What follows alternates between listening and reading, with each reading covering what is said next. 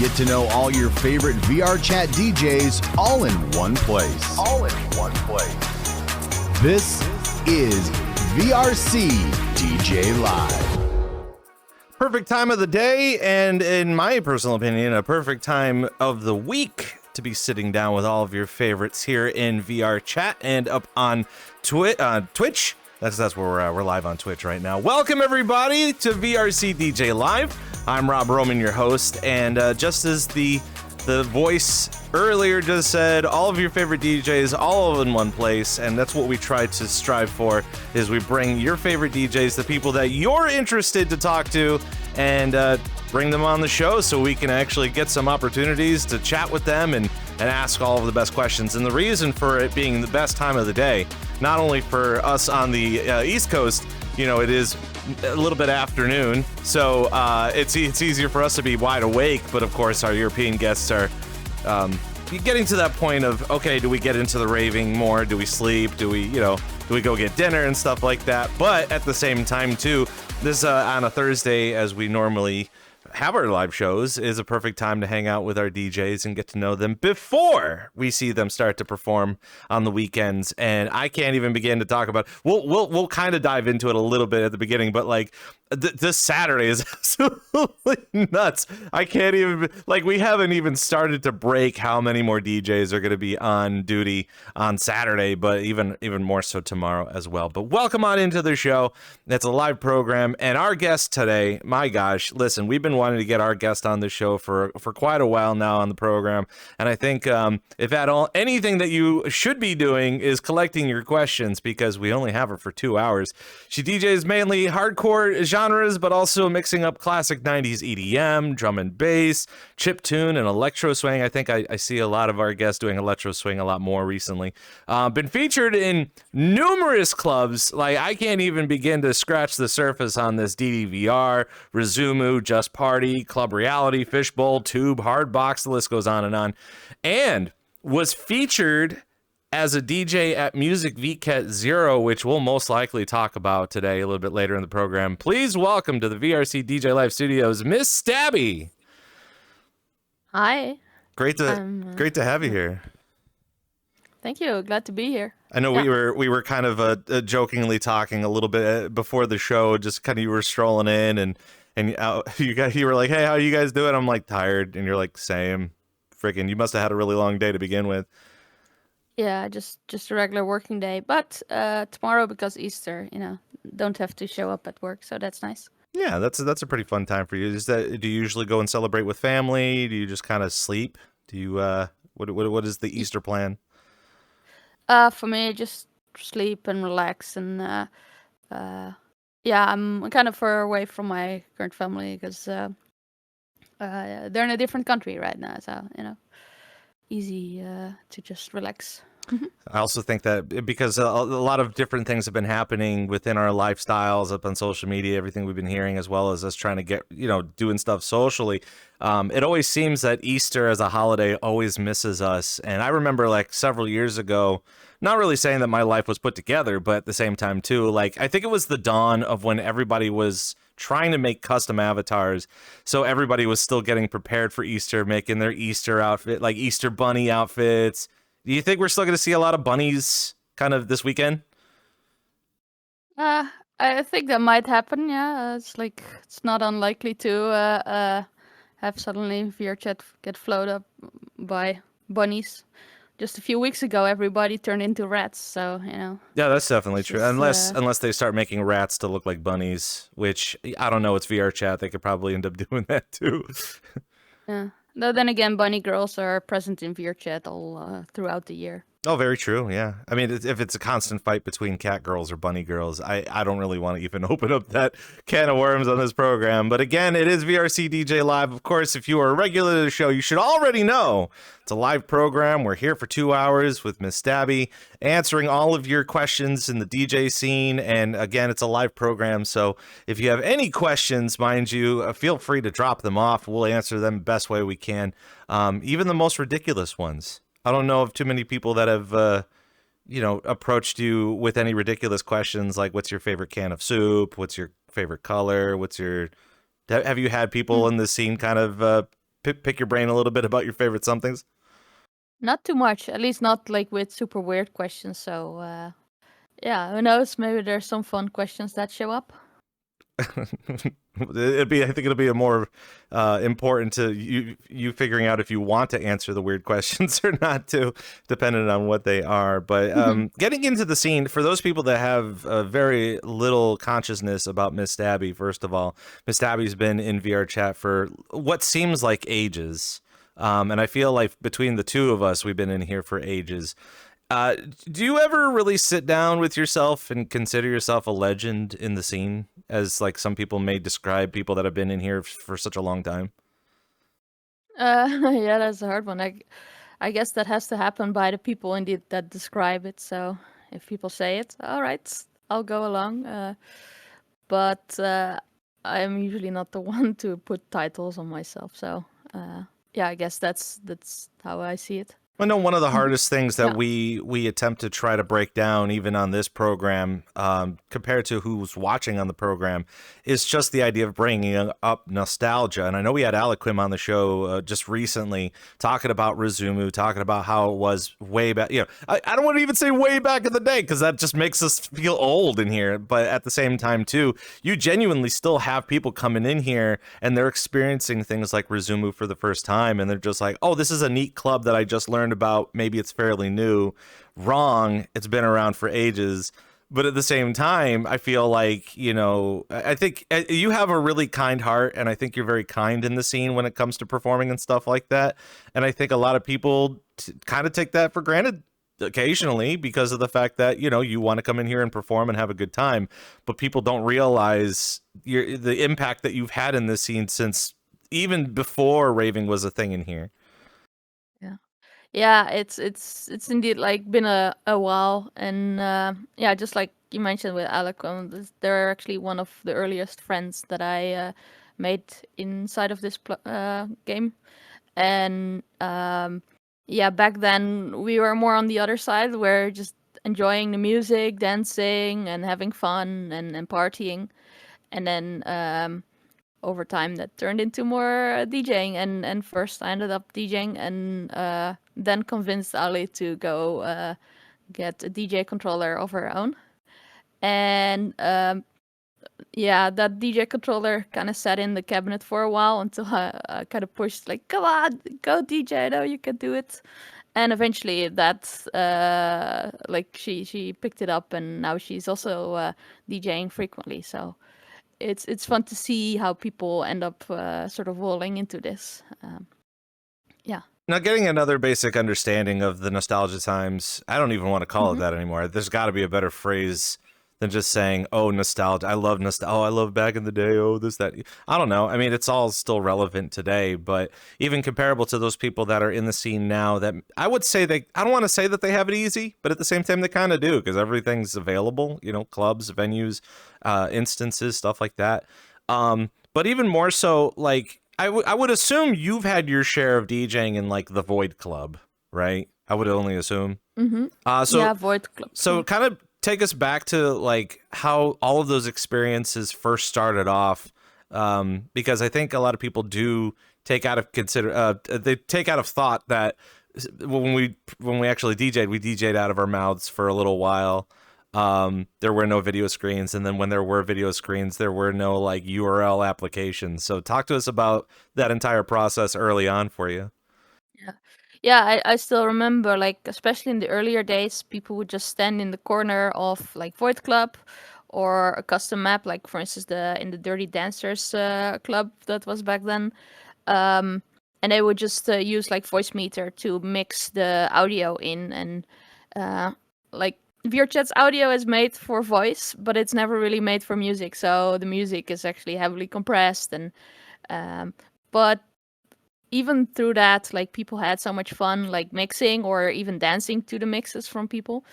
And then when video players finally got in, and you could do all of these extra things, it started to evolve. And now if you look around, people do stuff with like DMX lighting, and with VJ streams, and all kinds of cool things, like cool set piece decor stuff. And it's just really cool to see this evolve, and I'm really curious to see what will happen next, and like where this is gonna be taken from next. I never really considered thinking a little bit more about the fact that around 2019, give or take, because around 2018, that was, again, the Uganda era, Uganda Knuckles era. I Yeah. can't say Ugandan era, but Uganda Knuckles era. And that's kind of where a lot of the memes, and I feel like a lot of VR chat culture has come from, is memes, creating stories, and role-playing while also streaming on platforms. Can't even just say exclusively on Twitch, because people be doing it on YouTube. People just be doing it all over the place, and what have you. But even considered to the fact that Twitch right now has a DJ program, and they're kind of featuring DJs because they realize that there are a bunch of DJs that not only do perform either in here, Final Fantasy 14 online, as well as just IRL stuff that they're trying to replicate in the music category. But even before all of that was to be happening, there really weren't any DJs streaming on Twitch or on YouTube or Mixer or whatever we were on. So I'm trying to think, like, I would hate to even think that VRChat was kind of the premier place to start doing that. Or do you think that at some point, like, where do you think where do you think that it even started to get popular to start doing that sort of thing? Well, like if you go about like video-based DJing, then like around Twitch, that would probably be a good starting point. But before that, people have done shoutcasts and digital radio for decades. It's like, it's just that these days it's a lot less of a one-way street where you can actually see the people that are hearing your music, and you can see how they react, and you can actually do stuff with it. And yeah, then you got Twitch, and these days I've also seen people stream on X or other platforms like Kick, and it's like this keeps evolving, and also like some people don't really care much about like platform as a social media thing and just purely as a tool, and then they use VRCDN, for instance, to just broadcast it so other people can tune into it through like world video players or direct links. It's just really cool to see how that just keeps evolving and changing, and yeah, what technology people start using. It's such a fascinating thing to talk about as we continue on with the regular timeline of how things are happening. Obviously, COVID happening was such a really big deal. And even recently, even this year alone, people have been saying that I'm a bedroom content creator. Not saying that you're like a mattress actress or something, but like you make your content in your bedroom. And I believe, not to break anybody's hearts, but when Gura made her announcement, Gargura made the announcement of graduation just recently, has basically opened up and said, y'all keep forgetting that I am legit just a person in my bedroom making content. And that kind of goes a little hand in hand with not only the stuff that we do and the fact that we have our own bedrooms and we DJ out of them or however you make your content, but even more so that, like, you know, interacting with more of a professional outreach and regular DJs that do club stuff, which obviously we'll talk a lot about because it's something that you do too as well. But even telling them that's something that people are actively doing and getting successes from. There's a real weird disassociation based off of that. It's not even just a matter of us performing in VR chat, but just the fact that the influx of DJs coming in or people wanting to DJ from their bedroom because they're seeing other people do it. I kind of want to get a little bit of your thoughts on that because of the fact that we're not even done with 2025, but it always seems like a more popular thing people are actively wanting to do. Yeah, I think what a lot of people underestimate is like how much power the average person has in their bedroom, like the audio equipment, rendering power, computing power, like DJ gear, microphone, all that kind of stuff has been so much evolved. And what you have in an average bedroom from someone that's really into like doing this as a hobby or even more, like rivals what people had as professional gears like a decade or two ago. Like it's really cool to see that. And it's also like, especially if you go back to 2020 when the whole outbreak happened, and everybody was pretty much forced into their bedrooms. A lot of the things that are made, be it like movies, be it games, be it other things, during that 2 to 3 year stretch, all of that was made in the bedroom, and it's just crazy to see how much is possible now. And for some reason, like, it might even not even be needed to go to like a full-on studio with like big professional machines and gear, because all the stuff you have at home is already like powerful enough to do 99% of that kind of work. Yeah, I was gonna say too, because like just recently myself, I went to this conference where they were talking about lighting and photography and streaming and that sort of business, and they were for those people at home that don't know, I am a bald man. That has many reflections off bald head.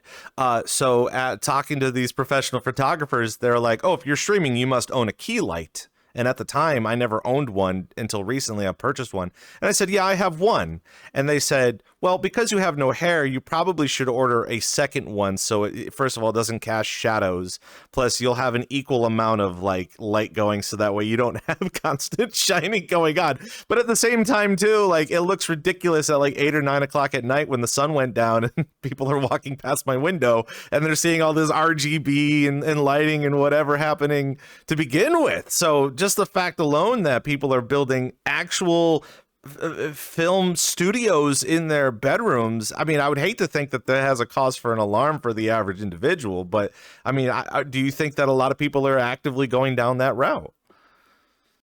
Yeah, I think I see more and more people do this, and like besides doing for DJing, like you get like people that are streaming their games, like be it like different multiplayer games, be it competitive, or just going through a single player game while giving commentary and sort of giving their own spin to it.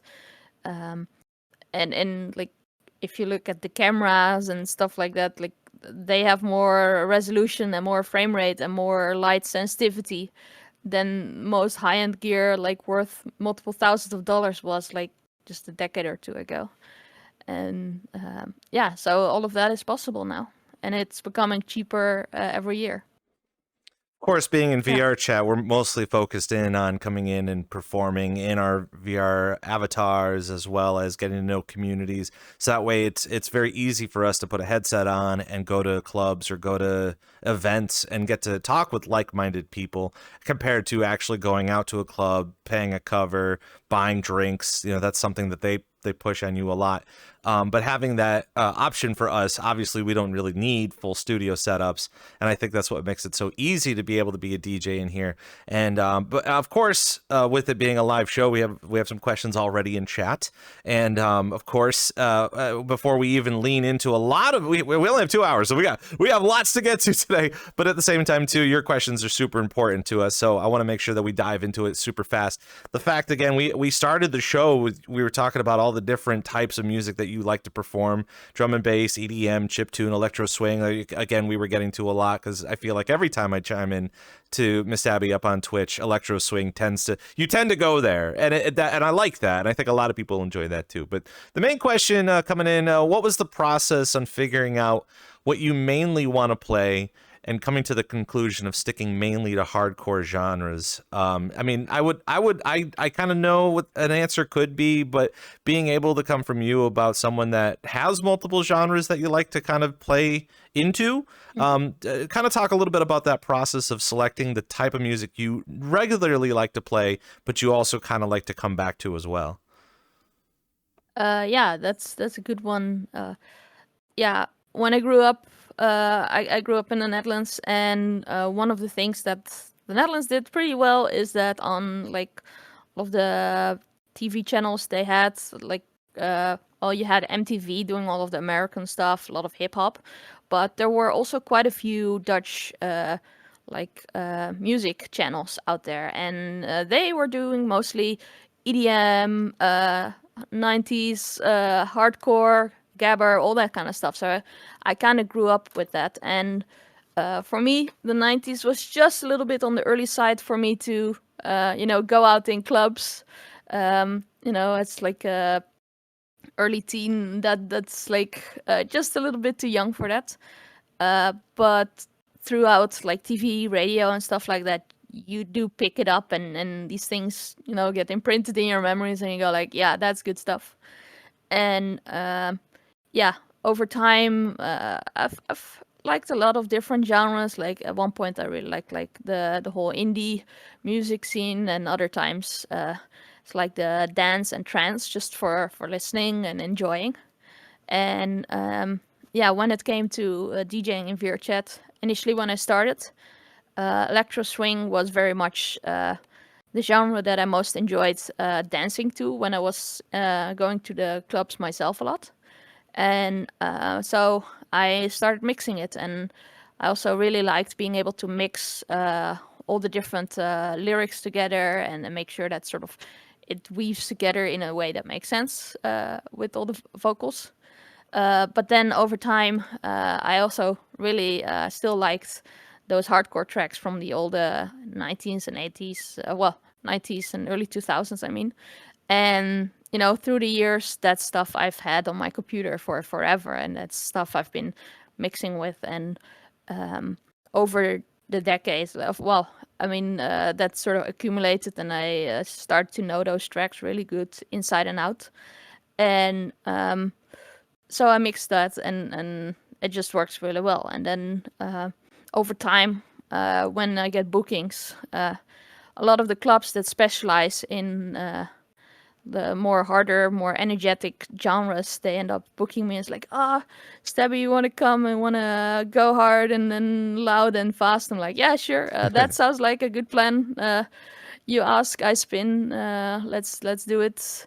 And from there, I sort of got more and more into the hardcore genre as my main genre.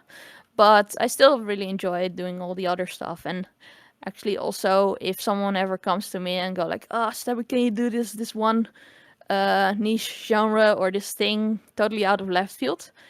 I actually quite like the challenge of figuring out like what's the best way to deal with that, and how to mix it, and which are maybe good tracks to do, or like what are the pitfalls, and sort of try to figure out how to deal with a new genre, and maybe bring some of that knowledge and experience back to the other genres as well. Like maybe I picked up an idea or a way to do something, and then bring it back to the other genres that are more my home base, so to say.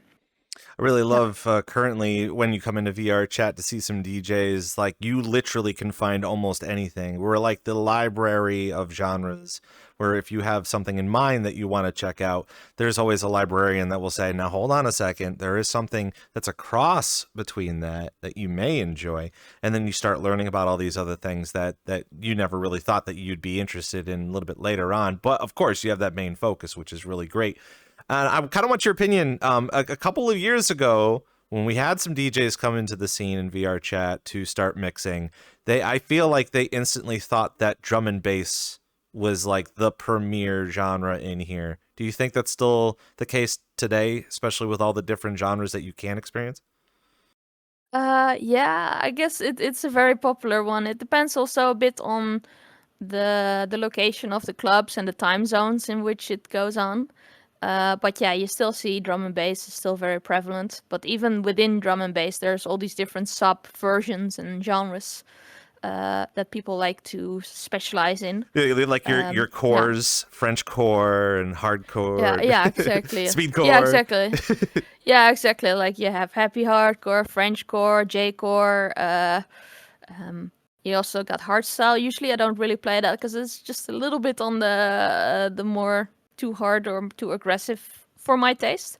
I usually like the things that are very much uplifting and maybe a bit silly, maybe a bit over the top in the funny kind of way.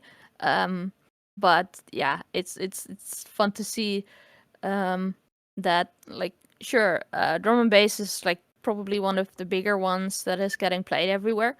But if you're doing a genre that is not drum and bass, then suddenly you have that niche where people are looking specifically for someone that is able to do something other than drum and bass, because they already have plenty of people doing that at that point. So And it's a very good starting point, in my opinion, I guess, especially when Yeah. you are. I mean, this not only is the scene still growing, even going to Liquidity last year, how they were saying they had DJs that had been kind of either featured at Liquidity for like well over 13 years. And that blew my mind because I'm just like, what have I been doing for the past 13 years? How come I haven't heard of this? How come I'm not into this? And then I start getting to it. I'm like, oh my gosh, I'm so far behind. But at the same time, too, there's such a again, at least 2/3 of our community can deal with drum and bass. There's a very strong like group of people. It's just a community of people that love to come in together and just vibe to that type of music. But it's very I don't want to say it's very easy to get into, because then they're going to be like, boo, Rob saying that drum and bass is easy. No, that's not it. Like, I think it's just fun to get into, to have a good time. Especially for the Western culture to come over, even with the United Kingdom culture, like the fact that they got jungle and all that sort of stuff. They're constantly listening to that stuff, regardless. Getting into the next question, before we answer that question, though, I want to dive in a little bit about how Miss Stabby even got in here. That's kind of the key component here. Is just the fact that I think we all know that dinosaurs exist, and I know that they were here, and we never have seen dinosaurs unless there are dinosaurs and they're living legends. But I kind of want to break it down. You know, what interested you to come into VRChat to begin with, even outside of the DJing? Well, that's fun. I kind of studied game development back in the day, and during the tail end of my studies, I actually got my hands on a prototype VR headset from Valve. Like it was an HTC Vive, but it's a prototype, even earlier than the one that they gave to media, like a few months before release. And for that, I did my graduation thing. And during that period, while I was doing this graduation project in the subject of VR, that also gave me access to a bunch of early released VR applications that were on Steam. And one of these things that was in very early development back then was a little program called VRChat. And back then ended up mostly with a lot of other people that had these prototype headsets, and they were maybe also developing their own little application on Steam. And there were like little sort of like similar to how you have the community meetup on the Sunday, sort of something like that, but then for developers. And so I ended up playing this game all the way. I think that was end of 2015, early 2016, and but back then it was more of a thing like meeting with developers, not that much like the whole socializing and partying that you see these days. And then after my studies were done, I got a job and moved countries and stuff. And in that time, actually, there was like quite a long period that I wasn't doing any VR because it was just stuck in boxes, and I had to, learn working in an office and being a new productive member in a studio, blah blah blah. And then eventually, a study mate of mine that you might have heard of in VR, Sentinel, he got into this as well, because I ended up helping him as well with his studies to get a prototype VR headset for his project. And he's like, yeah, I'm putting these models in VR and you gotta see them because it looks so cool, because they were like really big, and like VR is like one of the only places that you can really perceive how big something is, like skill wise. So I'm like, okay, I'll get these things set up. Let's get that headset out of the box and connect it on my computer and see what it's all about. And then I logged into VRChat, and then pretty much it became a daily thing. So, and now we're here a few years later. So I think it's funny enough that we're sitting here at this table and you bring up that name, and now a few of those missing connections are starting to connect. And the fact of our like-minded, the people that we know, there is a sort of a connection. Because again, at the end of the day, fandom is always fandom, but at the same time too, I'm just like, oh, okay, I understand now, so that's kind of cool. Despite all of that too, even being able to just walk around in here, even before the DJ scene. I mean, you're silly. You're a silly person, and you enjoy being silly. Have you ever considered what was your kind of interaction to the whole RP streamer kind of thing in 2018? And obviously everybody either liked Uganda Knuckles or you didn't. You know, that's just straight up. If people haven't had an opportunity to experience that, you either like them or you don't.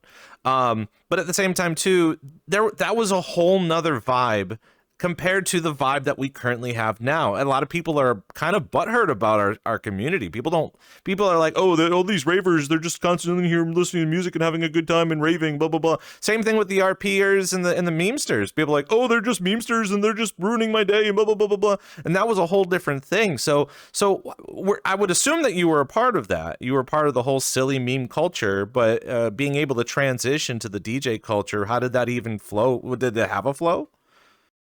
Yeah, I was never really doing any like sort of silly streaming and stuff like the things you've seen like Lolathon and all these other content creators do, and then like making jokes at the expense of people in there and just for content. But one thing that I did participate in a lot back then, and actually a lot since still, and also still a little bit now, is to make avatars based on memes and like other either very topical things or just something silly. Like there's some meme or there's some game that released, and then I'm like, hey, this could be a funny thing, and then I start up Blender and cobble something together in a few hours, and then show up in VR and go like, hey guys, look at this, and then like have a few people just go like, why? And then it's funny. Yeah. So again, kind of getting into the whole DJ thing. I mean, again, with your background and the way that you were claiming that way earlier on in VRChat, I mean, I don't even think that DJing was a fracture, you know, a factor in your mind. So I would assume your IRL experience of performing for Syntax Air had something to do with that, or was it something that you got into a little bit later because of the experiences that you created in VRChat with the DJing? Actually, it's something much earlier, and it's again all connected kind of thing. Where back during my teens, there was this time that I did like a short sort of DJ course, beginner thing for like this was like for early teens, just like these are CDJs, this is the play button, and here's some stuff, and now you can do some stuff with virtual DJ, and that stuff was very fun, and like I liked that course a lot. But back then, that was before we had proper fast internet, before Twitch was even a thing, and then before I had a budget big enough to buy a DJ controller from.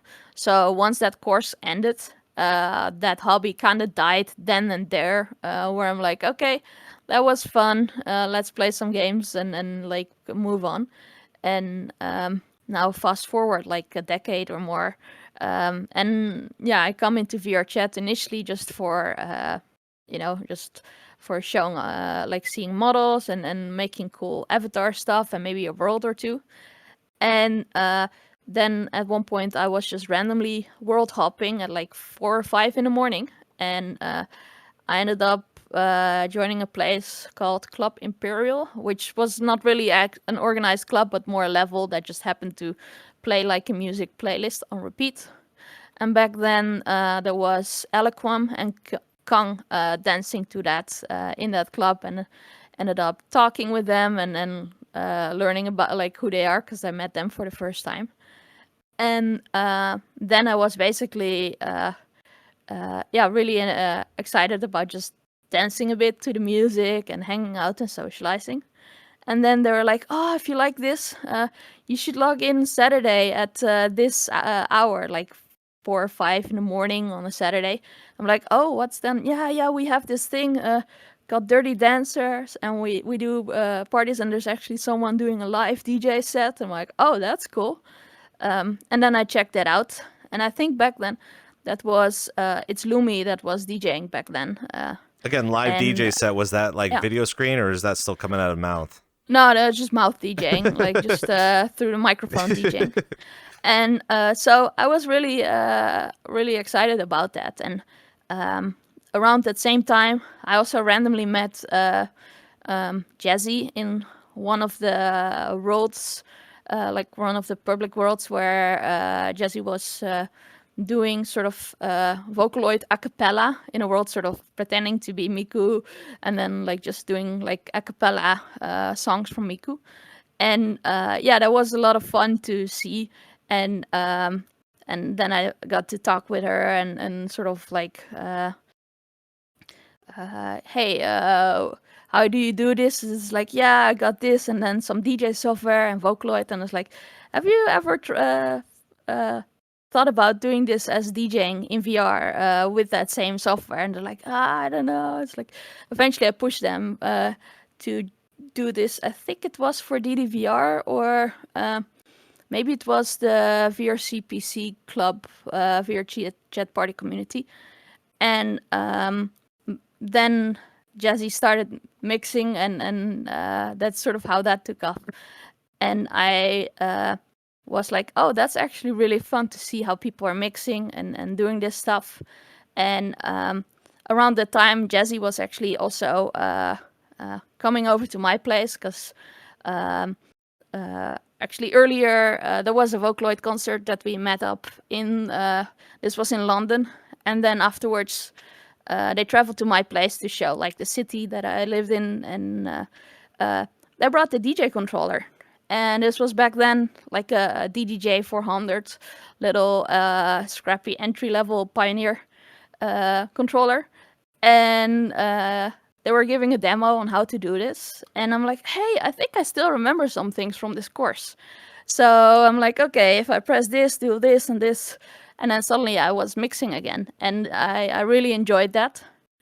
And then when Jazzy went home again, I was like, yeah, actually I want to, keep mixing. So I ended up just installing Virtual DJ and doing it the rough way, using mouse, keyboards, and Virtual DJ and mic spamming through like the Great Pug, just standing there doing some mixing like that.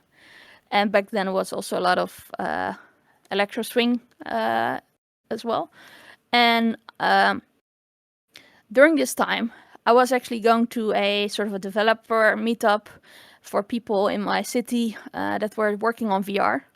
And back then, that was just the early introduction of the knuckle controllers before the Index was the thing, and they were sort of showing it was a prototype that I had from them, from Valve, and I was showing this off in this VR developer conference. And back there, I met a few people that were from Club Syntax Error, and they're like, "Oh, hey, that's cool." And like they heard a bit about these stories about people doing DJing in VR and me doing a little bit DJing with the mouse keyboard, and they're like, "Oh, next Saturday there's a club event. You should come by. We'll just put you on the guest list, and yeah, just see how you like it, right?" And I was initially like, should I go? I'm kind of tired. It's weekends. I want to go to bed, whatever. And I'm like, okay, fuck it. Let's just go. And then I went to the club Syntax, and yeah, really ended up enjoying it, but also ended up talking with the staff and the people that I met at that developer conference. And like when I thought about the DJing things, like, oh, hey, that's cool. You want to, give it a spin? We have like this late hour where we're kind of busy too much with other things, and then you want to try it out and see if you enjoy it. I'm like, okay, yeah, sure. And then I ended up doing it, and the crowd and the people there liked that so much that afterwards they're actually like, hey, you want to join our crew? Because we can always use another DJ and like someone extra in the queue, on the crew. And then I joined them, and they were using a Traktor S4 Mark III. And yeah, that thing, the first time I saw it, it pretty much looked like a spaceship with all the different channels and on all the different buttons and stuff like that. And but going through tutorials and then like quick briefings on what everything was doing, I sort of made my way through the controller. And after this was done, there was like some other event where they were DJing where I helped out. And what Syntax usually does in the summer is they have a big pause where everyone goes on vacation, and no club events are held until like later in the year. So I asked them very brutally, it's like, hey guys, so you have this laptop and this DJ controller. Is that gonna sit in storage until like end of August? I see where this is going. And they're like, yeah, pretty much. It's like, hey, could I maybe, borrow this thing to practice on? Maybe, can do a little bit of practice. They're like, oh yeah, sure, take it with you, and then as long as you take it back in August, it's all fine. And then I ended up making use of that controller for like a month or two. And afterwards, when the club events started running again, they're like, okay, hey, we do this club event only once a month anyways. So if you want to be the steward of the DJ controller, just take care of it and, make sure it doesn't get messed up, or maybe clean it once in a while. You can just bring it with you, and then it's all good.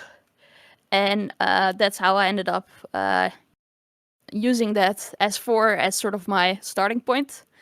And during that time, this was also when people were doing stuff like with bid donations and like with all these other ways that you could support for like a donation goal.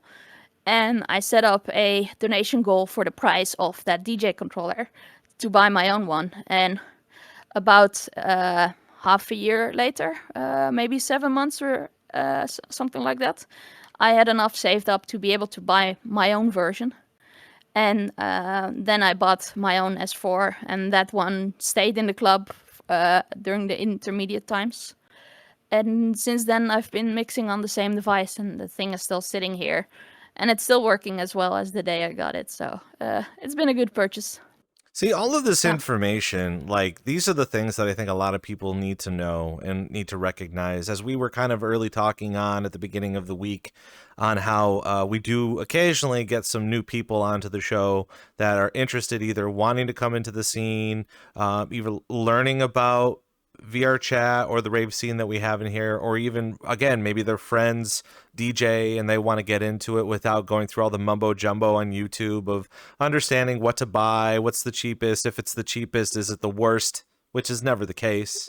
I know a couple of years ago we were kind of like low key making fun of the people that own the 400s being a cookie cutter, kind of like a DJ 101 setup, but at the same time too, I mean, if you're trying to save some money, save some money. Don't be purchasing a $3,000 setup if you're only going to use it a couple of times. So it's kind of the whole HTC Vive Oculus set. Oh, you have an Oculus Quest? Oh, who cares?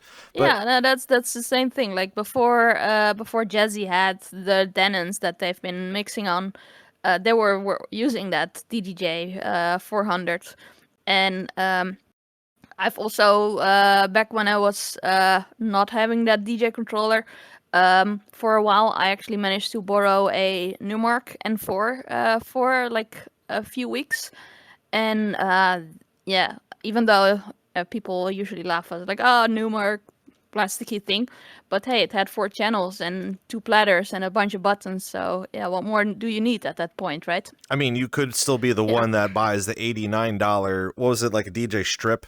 It plugs in USB. Oh yeah, you or see whatever like these tiny little ones that you have to DJ with your fingertips. That was always yeah, but that's still practice funny. though. You're still practicing on it. Just you look ridiculous exactly. spending $100 on a little dinghy. Yeah.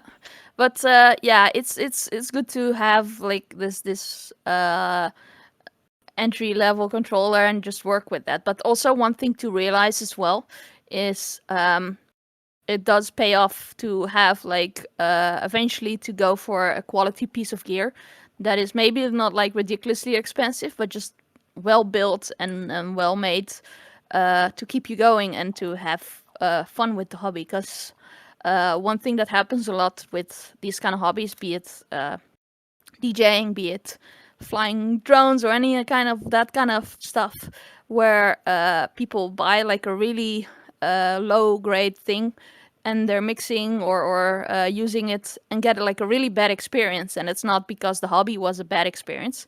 It's just that piece of gear made it 10 times harder to do the same thing and to get a good result out of it.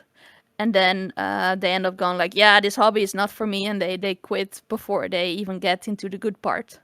So entry level stuff is good, but it's always good to realize that it might be a lot more like fun and engaging to have something that holds up to your ability as well, like quality wise. Especially in our scene Yeah. too. They got a lot of people in Yeah. here that want to do it as a hobby, and they've expressed that they don't want to be too professional with it or even want to make money out of it. I mean, I think at some point in time that would be a good key factor to push you along on the road to being a professional or understanding how to be a professional. But coming in here and just kind of making music and hanging out with your friends and not making a really big stink about it is super impressive in my book, especially because Limelight can hit you so hard. And the story that you told us about how you were able to develop from early on in VRChat comparable to you even just showing up to this club and getting to know them, all of that is helpful information for those people that are genuinely interested in learning how to do something like that. And especially in VR, and I'll go ahead and say it because I think a lot of people want to say it, but they are afraid to say it, is that they constantly do want to be in the limelight. They want to have packed clubs. They want to be able to go in there and just be well known. Just straight off the bat, no practice, no nothing. And despite, I would say that your story and the way that your journey of it is super awesome and interesting, because it could be just as simple as that. It could be you have to give yourself a little bit more time and a little bit more patience when contacting some of these people or even getting to know these people. Even networking with real people is scary. I got to do it like last week, and I'm just sitting here, I'm like darting my eyes around a room being like, I got to make contact and I got to be on top of my toes. But even more so, understanding VRChat and the things that we do in here. And I want to kind of pick your brain a little bit on this, just because you did bring up the fact that,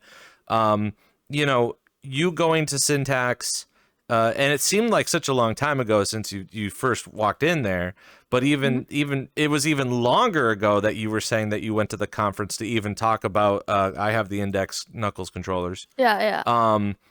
These are old. And the fact that your storyline resonated so much so with your passion for music and DJing, along with your love of gaming, to the fact that you were able to make that transition, and not only that, but spark an innovation in the rolling ball within the gaming community and the music community in general. You were literally taking both these avenues and merging them.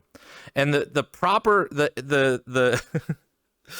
tough realization on this is it has already been way too long in the making. I feel like all of the time that all of this has been being developed has been taking us so long.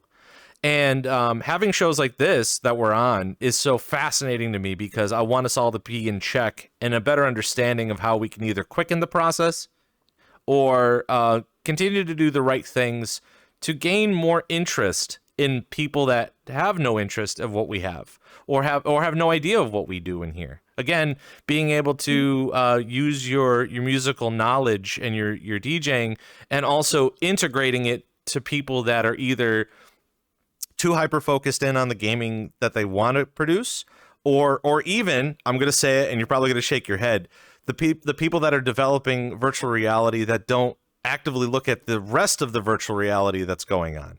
You do have developers that are making VR applications, and at some point in time, you see it on social media and you go, oh, but did they know that this guy was doing something better? Or did they know that this company was doing something? And you guys are trying to reinvent the wheel? Like, what's going on with that? So I see that way too often. And even this past month, I went to a music conference in Miami where I was trying to explain to them, the big wig record label people, that we genuinely have an economy in here. Like, we genuinely have people in here that either A, want to perform, or B, want to get better. And they're making music, they're producing music, they're DJing almost every night. They're DJing to full crowds every night.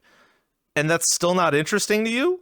Like, so I kind of want to continue to in-depth this.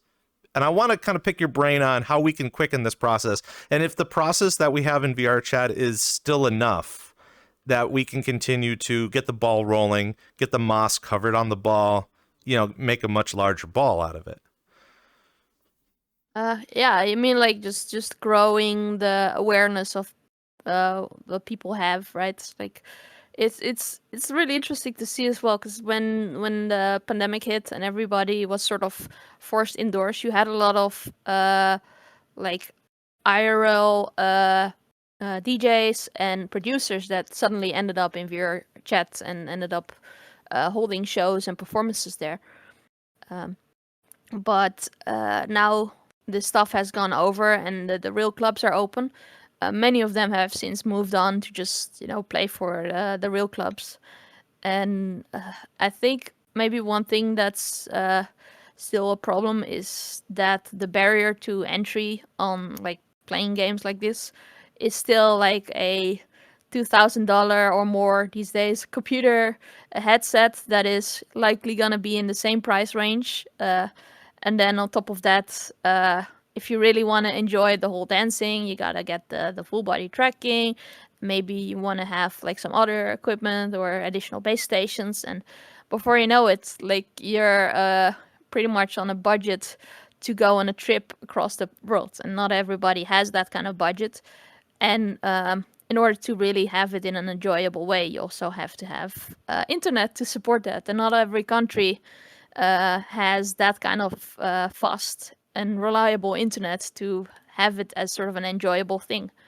And I think that kind of stuff really impedes this from going like very wide and mainstream, because the barrier to entry is high. And then besides the gear, having someone to learn how to go into VRChat or in any VR app and then make their way around and learn about clubs and how to join them and how to attend events. That is like a whole menu, and many people that come into VRChat these days, they sort of roll into it slowly by like meeting the right people, and they get dragged along by friends that they make. But if someone comes in at the wrong time and they go to a public instance and they have a bunch of 12-year-olds shouting profanities at them, and then some other guy changes into an avatar that crashes the game, then that person is gonna be like, yeah, I've seen everything I need to see. Alt F4, uninstall. And maybe they're even selling their headset at the point because they got sick or nausea or something. And that's then the end for that person on that potential, trip to discover the VR rave scene. And it's just very easy to sort of fall off that trail and just nope out early before actually discovering what this can be. It's a little tough. It's kind of a scaredy rabbit kind of mentality when it comes to business opportunity or even being able to showcase what we do in here with a more positive light. I ended up watching a video yesterday that, while it was a smaller video and it just got recently released, but they were basically kind of explaining that a lot of the more positive type of content in VRChat still is underneath all of the negative comments that you'll probably end up seeing on YouTube. With the YouTube drama and stuff like that. But at the same time too, just as you said, yeah, having people come in here and you want to show them some of the best things that we can do in here. I feel like you kind of have to put together a little bit of a private instance, gather up some trustworthy people that will come in to be able to showcase the best of what we do in here, comparable to all the people running around screaming profanities. But I don't know. I mean, the other part of it is like, if you were to give a kid, okay, let me explain this concept so that people at home get a better understanding of this before I start like yapping my brains off here. There's a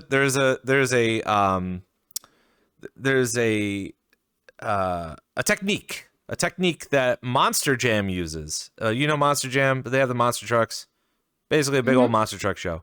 They have a technique where obviously families will come by and they'll bring their kids, and the kids are excited because there's loud noises and you could smell the wood and the gas and the dirt, and you see trucks flipping and motocross and whatever. They have a host during the show that goes up on the biggest pile of dirt, and he explains this. He goes, "Ladies and gentlemen, thank you for coming to the show. We're glad that you're here. Just do us a favor and make sure you buy everything that your kid wants. Doesn't matter how expensive it is. the merchandise, buy the cotton candy, buy the hot dogs, buy the sodas, buy it all. Do it. Because what's going to happen if you don't, you'll probably still have an overhyped kid going home. If you buy them all the sugar now, I promise they will crash in the car on the way home, and you will have a nice, enjoyable ride home. So the way I see Publix nowadays is we could be mad over the fact that the kids are running around with their Oculuses, screaming obscenities, racial slurs, and whatever. But the way I see it is give them those couple of minutes of vocal release, and maybe they'll feel a lot better in their regular home environment or amongst their friends or whatever, unless they are professional trolls, which, I mean, sure, but I'm sure you'll learn that as well. Mm-hmm. Yeah, I guess that's true, but at that point, they've already scared away someone that was like potentially interested in discovering something more in VRChat. And then before they got there, they got yelled at, and like the problem that at least VRChat currently has is discoverability. That's like when someone starts this for the first time, the way how levels are recommended and like people are guided into their first instances is very much based on like where the most people like where's the volume, so to say, right? So instead of showing something that is maybe super impressive or kind of showing the potential of what this platform could do, they're pretty much like guided right into the ball pit, so to say, of like all these kids doing that stuff. And yeah, so and then on top of that you have indeed, like with Quest, it's the lowest bar of entry to get into the platform. But then the thing is, people get served sort of a VRChat Lite version where the amount of levels that they can visit is a lot more constrained, and the ratio of like who they're gonna be running into is very much skewed into other people that have had this like low bar of entry into the platform. So while it has a lot more people in it and it has a lot more easy accessible access to VRChat, it's still gonna be like skewed heavily more towards people that you know, they bought a headset and then they gave it to their kids because they can't be bothered to play it anymore. You think it's just a matter of like maybe when you're doing the onboarding that there should be an option that says, hey, get your friends involved too. Send a VRChat invite via their email, and then you'll have more people to hang out with. I mean, I feel like even that simple little thing could be more of an incentive to, because I would think you and your buddy would have a better time trying to understand all the camaraderie that happens in here in the chaos compared to you coming in here and being scared to talk compared to it being a place to talk.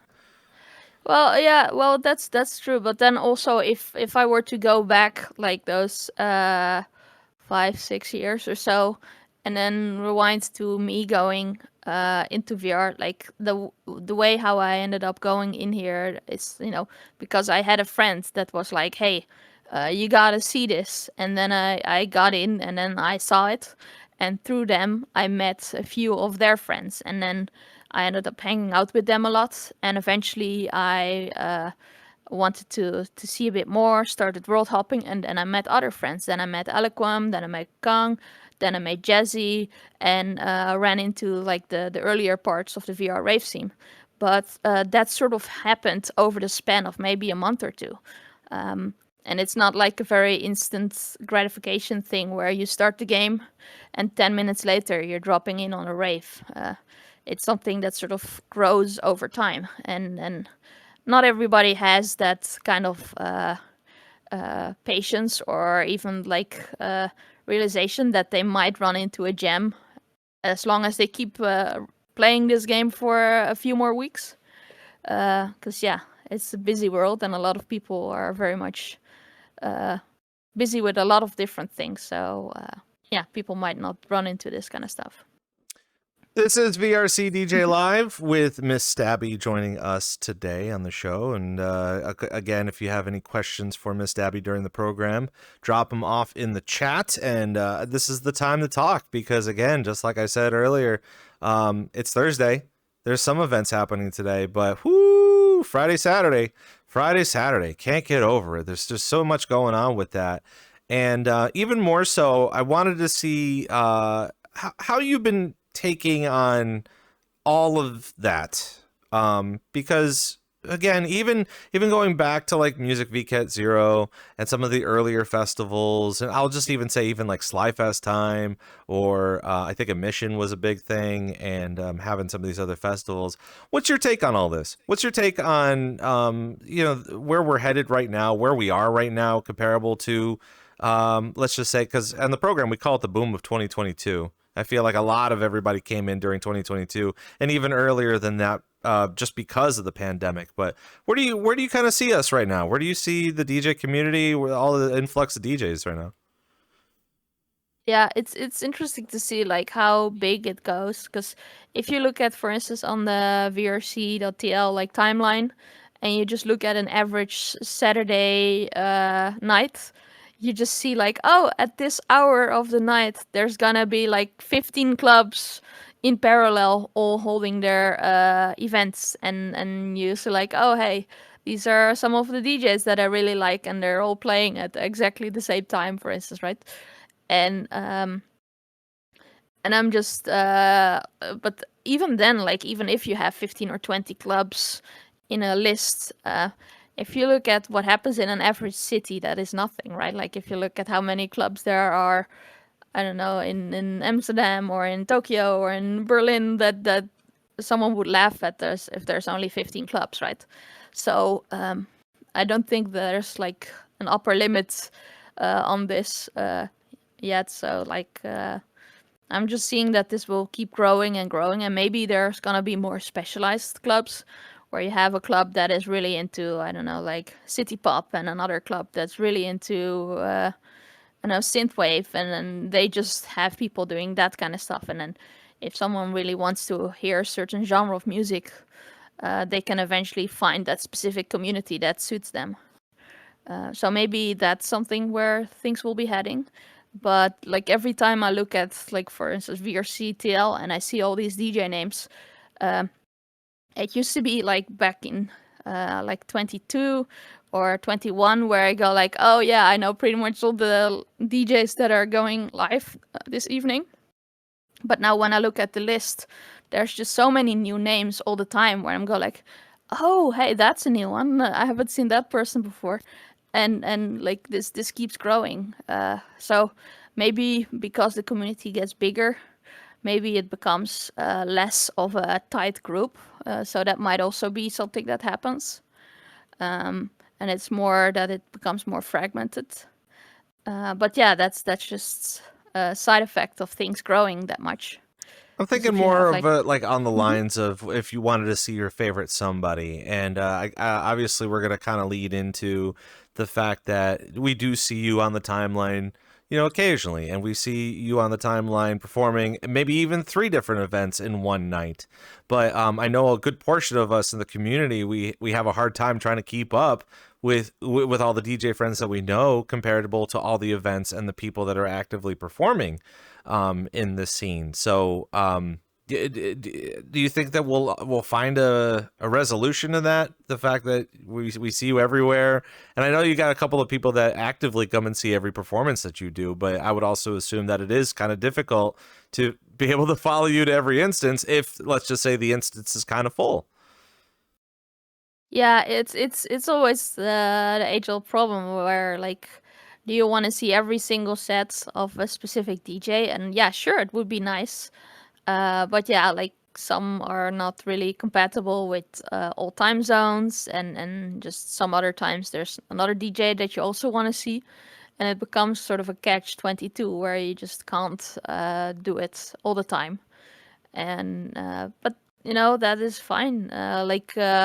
Sometimes also, like, you get invited to a club that does like specifically hardcore, and then if hardcore isn't your thing, but you know, drum and bass is more your thing. Then like maybe once someone gets invited to a drum and bass club and they do drum and bass, then that's the moment to attend, for instance. So I think it's really just good to see, like, if you can catch someone and it fits your schedule. At the end of the day, you're just doing this to get enjoyment out of it, right? To do it for fun and to have a nice time. Maybe forget a little bit about the big bad real world out there. Like if there's like things not going your way, or it's just a hard life, and just going in VR, having some fun, enjoying yourself, and like if you can catch a specific DJ all the time, great. But if you can just hang out with where your friends are, or like where you just happen to hang out on a club that you're familiar with, then you know that's all good. Like at the end of the day, it's for fun. Yeah. So for those of you that are joining us currently in VRChat and on Twitch, we are VRCDJLIVE. We just announced it like maybe 6 minutes ago, but we got some new friends coming in and joining us on the program. We're sitting in with Miss Stabby, and if you haven't seen Miss Stabby perform in VRChat, I would say you're not looking hard enough. That you should probably look harder to find Miss Stabby performing, because I honestly feel like you have been performing a lot as we've been kind of going back and forth with. But because this is a live program, feel free to ask all of your questions for Miss Stabby. We do have her for another hour here on the program to talk about all sorts of things DJ wise. We were just talking about have we come up with a different terminology than just nostalgia times of VR chat? I don't want to even say like I don't know what to call it. What would you call it? I guess the early days. The like, early days? Like the pre-2020 times. I mean, this game is still early beta. Mm-hmm. Like ever since it was early beta, it's still early. Or was it not early beta? It still was an early release. Is that what it's still labeled as? Early access? Early access. I don't know if it's in early access, but definitely they're like finance-wise, they're still running off like venture capital. So you know, maybe once they fully become sort of self-sustained, or like taken over or implode or whatever, like it really depends, like how you can see like what's the end, or what's the next stage, so to say, right? So I always feel like I put it in the same category as like Final Fantasy 14 or Warframe, where it's just constantly going and they're just pumping in new content, and that's good. I mean, I like a never-ending story because it never ends, but at the same time too, you know, we're kind of talking about the DJ community and how overly aggressive, well, not aggressive, I guess aggressive, how large it's expanding. You know, it's just constantly kind of going up to speed. But it's also good for us too, because again, for us seasoned professionals in VR, I guess if that's what you want to call us, we like to discuss the things that I think should be common knowledge to most people that are coming in here to DJ and have a good time. And earlier on in the show, we had a question in chat that is actually a very wise question to ask, which is, what are a few things you wish you knew sooner when you first started DJing? And that's even kind of going back even before the whole syntax thing, or even now that you're DJing a lot more in VR chat, maybe something that you could have started with that you wish that you had earlier on. That's a good one. Like, I think one of the things, you know, that I probably something to learn early is like, at the end of the day, the gear that you have and the amount of like extra devices, peripherals, doesn't really matter much. Like initially, I only had the DJ controller. And I'm like, if I could just get a record player and maybe like a bunch of MIDI pads to, you know, be able to press a bunch of things to make things happen mid-set. I could do some cool things with that. But at the end of the day, most of the time I'm just mixing with the DJ controller. And the record player I mostly use just to listen to records, because I'm too much of a scaredy cat of messing up either my records or the needle. So especially when you're blindfolded with a VR headset and have like clunky controllers around your hands. So yeah, at the end of the day, just having just being able to just be able to work just with a single piece of technology and really go for that, I think that's just good. And also throughout all the time, I'm also seeing people that are just really trying to get constantly booked, and like they do like 10, 15 sets a week, if not more. And then suddenly you hear a message on socials that they ended up getting burned out and they're stopping or they're going on hiatus. And I feel like one thing that's just good to realize is that for this kind of stuff, it's more a marathon than a sprint where you just want to, keep doing things from time to time. But at the end of the day, you do it for fun and enjoyment. And if it wears you out, then that kind of defeats the purpose. I know burnout is definitely a really hot topic here on the program, especially for the fact that, again, we're trying to find ways for people to either perform, to get the limelight, but they want to get the limelight quicker. And every missed opportunity is a missed opportunity to either have a big crowd or be able to perform your best set or something. There's always a fear of, oh, I should have went. And I feel like that also kind of stems, like, let's just say you're back in grade school and you know a friend who's having the Halloween party and their parents are gone on vacation, so they have the house, and if you don't go to that Halloween party, you're missing out, it's either you go or you don't. And even if you don't, like, what are you going to sit at home with a bowl of candy? That's still a win, It may not be the healthiest option for you, but at least you'll still have it. But that's another big thing that I think a lot of people, we need to continue to strive for and strive to talk about is just the fact of, even now, and I think you see it too. I think a lot of people in chat see it. Birthdays are big. Birthdays for everybody is big, but it also seems like everybody's having a birthday. I'm not saying that everyone shouldn't have a birthday, but oh my gosh, everyone's having birthdays. Just once a year is fine, right? Yeah, I mean, just once a year for one person of the how many billions of people that are on the planet, and how many people are actively in VRChat? Was it 93,000 birthdays, one a year? Do we have enough DJs? Yeah, that's a good one. Like, that's something I've been doing plenty, like where people do have their birthday and then they ask like, hey, you wanna mix on my birthday? I'm like, hell yeah, that's fun. And actually last year, like especially around the time of June, there's a lot of different birthdays that fall all at the same time.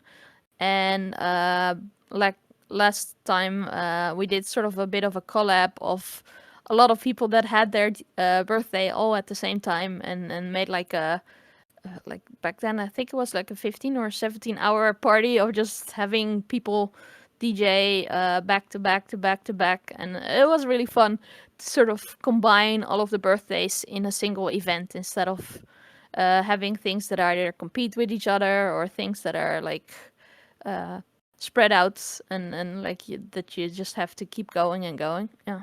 Probably should charge by the vast amount of confetti that gets thrown around. Because again, if you're gonna have a birthday in VR, you should probably gather up as many people so you can only throw confetti one time instead of constant confetti throughout the night. Otherwise, your floor is gonna be messed with confetti.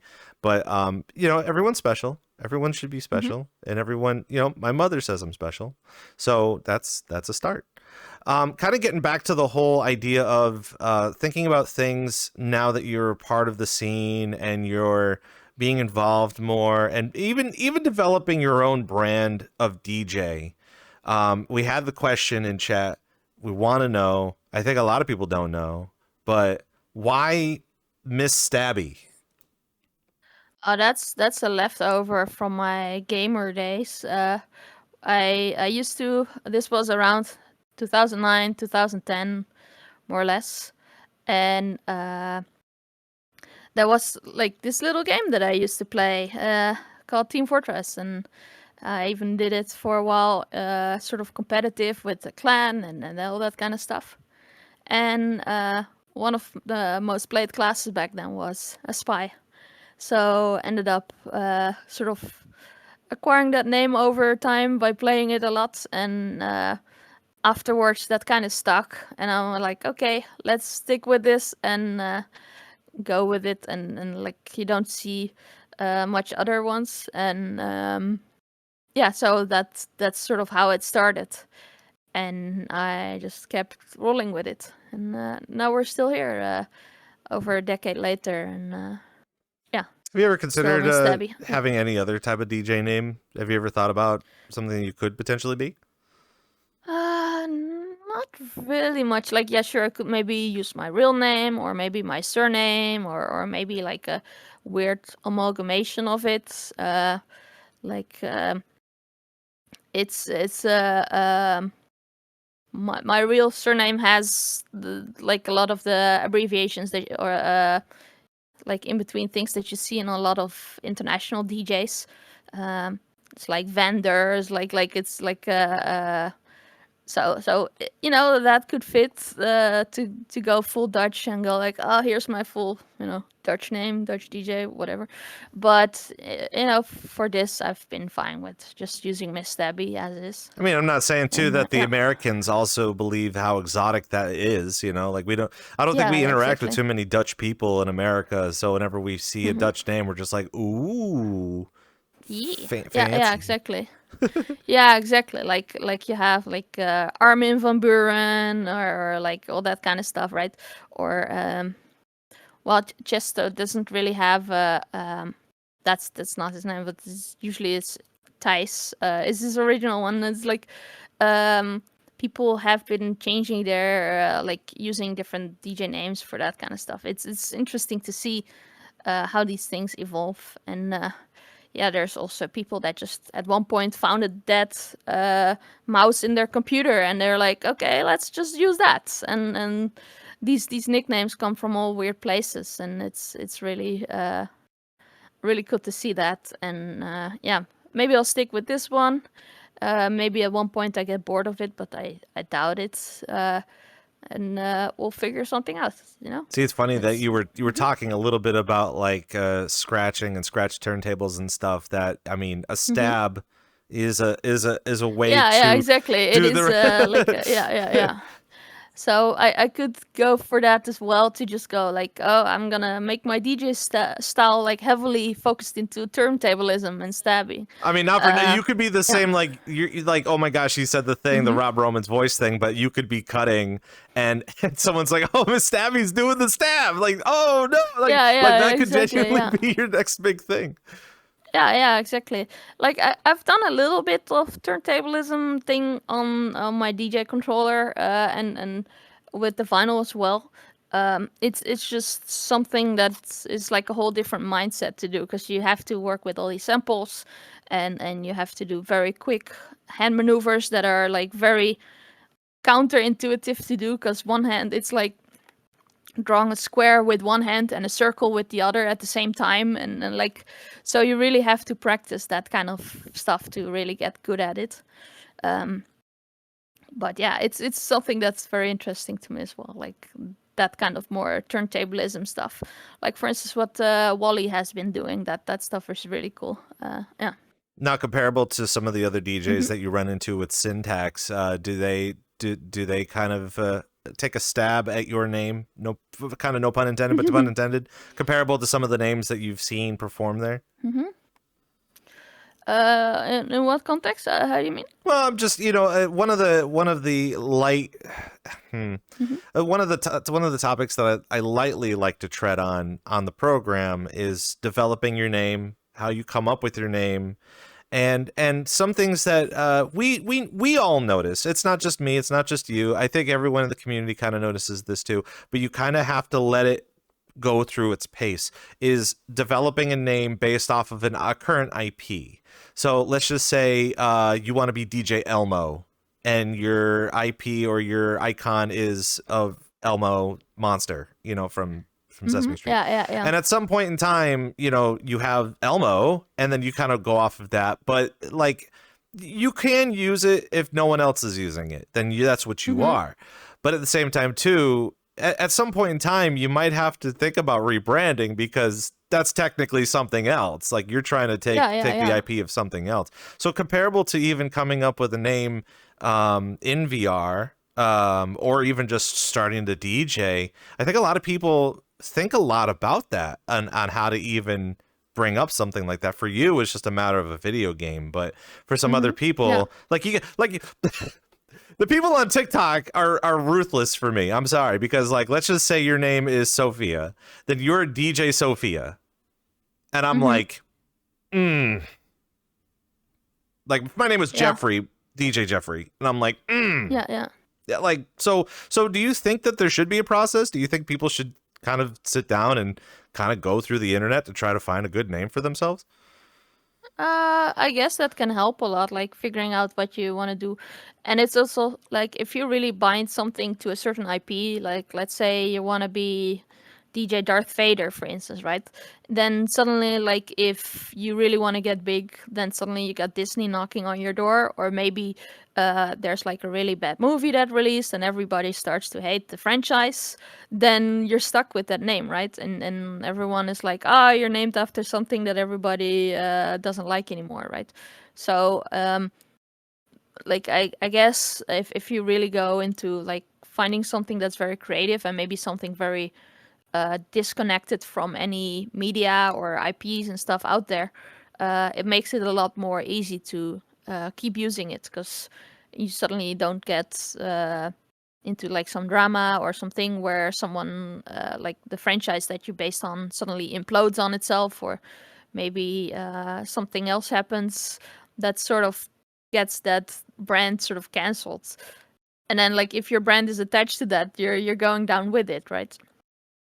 Like let's say someone is called DJ Tesla, it's like, okay, it's actually named after the inventor, and then it's like, oh yeah, but there's some guy selling cars that has kind of screwed up a lot, and You got to pay royalties. you know, or are you gonna something. rebrand now, right? Yeah.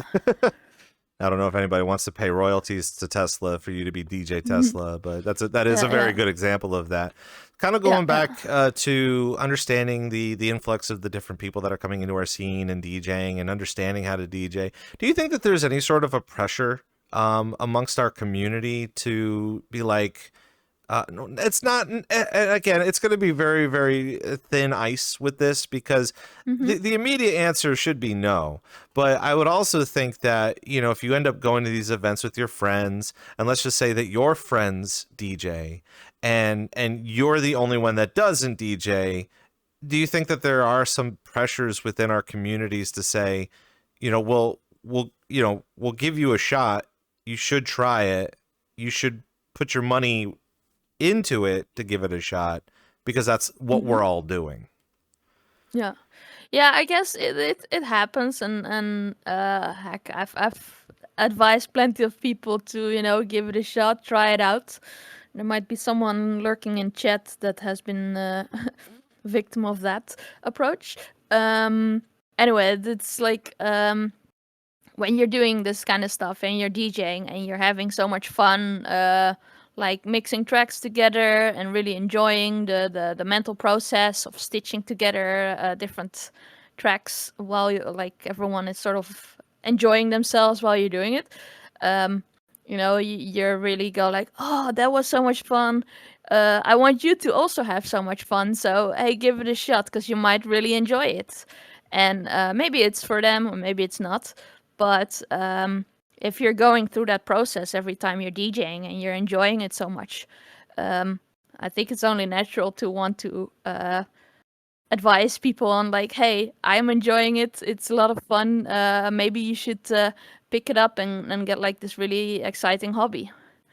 And I guess that's how it goes. Kind of goes hand in hand with the fact that there is so much going on currently. I mean, it's not even a matter of, oh, we're all doing it, you might as well do it, but it's a matter of now's a really perfect time because everybody's doing it and that we're supporting each other, and not everybody has burnt out. You can imagine if people all said, you know what, the night, like tomorrow, they'd be like, nope, we're done. We're gonna go do RP, and then we're just gonna go all of us, everybody take a note, we're going to RP. We're going to go hang out with them. We're going to go act and whatever. But yeah, now's an absolute perfect time to do this. And the same thing goes with like those people that are genuinely either interested in a specific thing. It's not even just DJing anymore. I know in the past couple of years, it's a matter of, oh, you're a DJ. Oh, you're not a DJ. Why don't you become a DJ? Just even recently, even on the program, we talk a lot about people wanting to become VJs or learning how to do lighting or world creation for that matter. And I know that's one thing that we are going to be talking a little bit about coming up, about how you, even though you perform in Syntax, you made Syntax. It's here. You can go to it. You can experience that. But at the same time, too, like people don't understand how there's a calling for it. There's an immediate calling for it in our community, asking people to be on staff for certain groups and clubs, but genuinely learning how to make worlds, lighting, DMX lighting. Can you imagine having a career in DMX lighting? There's plenty of people that do that. Yeah, I guess that's a thing, right? Like where there's so many of these entries in joining the community. Like you can, be a DJ and join the rest of the army of DJs.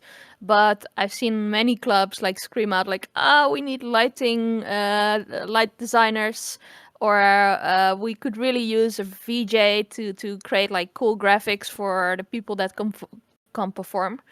And I guess it's very much to see like what are your inclinations, what do you enjoy, like do you like working with visuals, maybe look into the whole VJ thing, or maybe you really like lighting and dealing with contrast and color usage and composition. Maybe you should look into the light design side of things.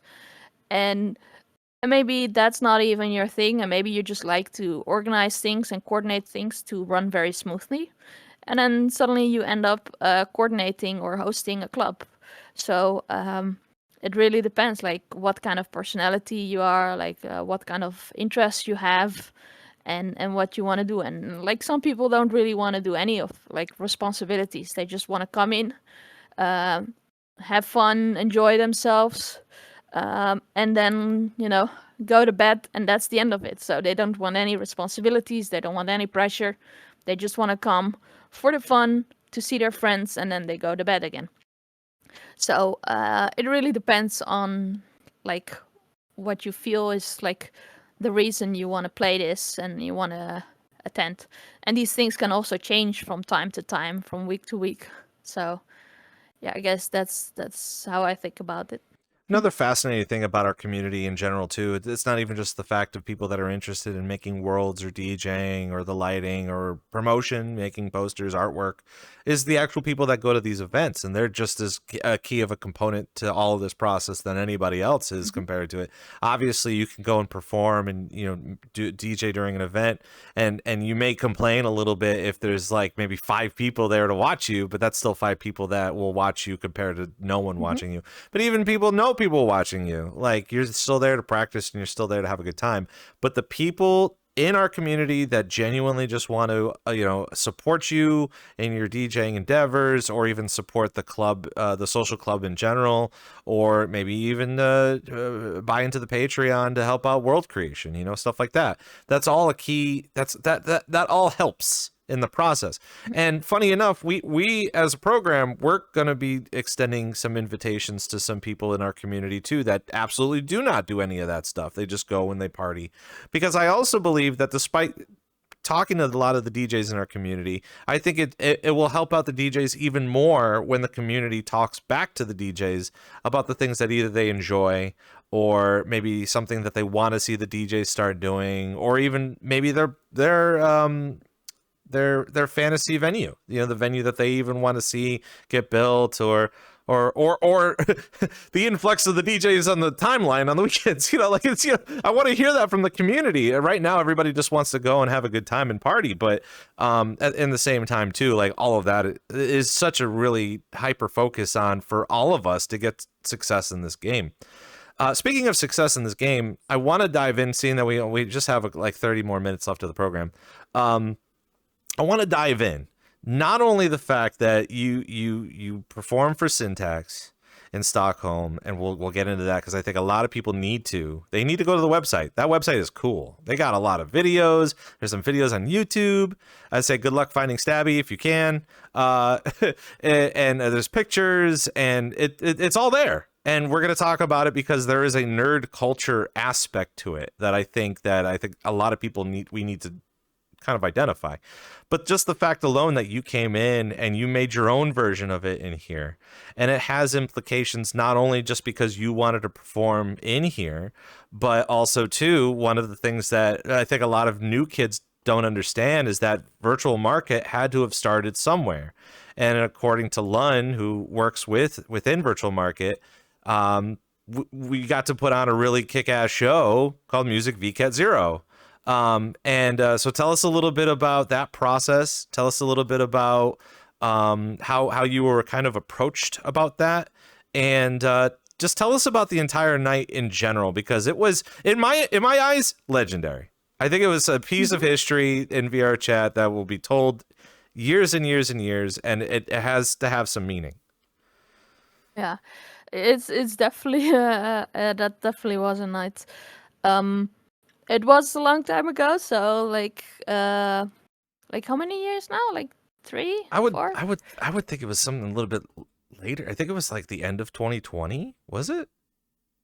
Well, Like that's earlier than end that? of 2020. That would be 4 years then.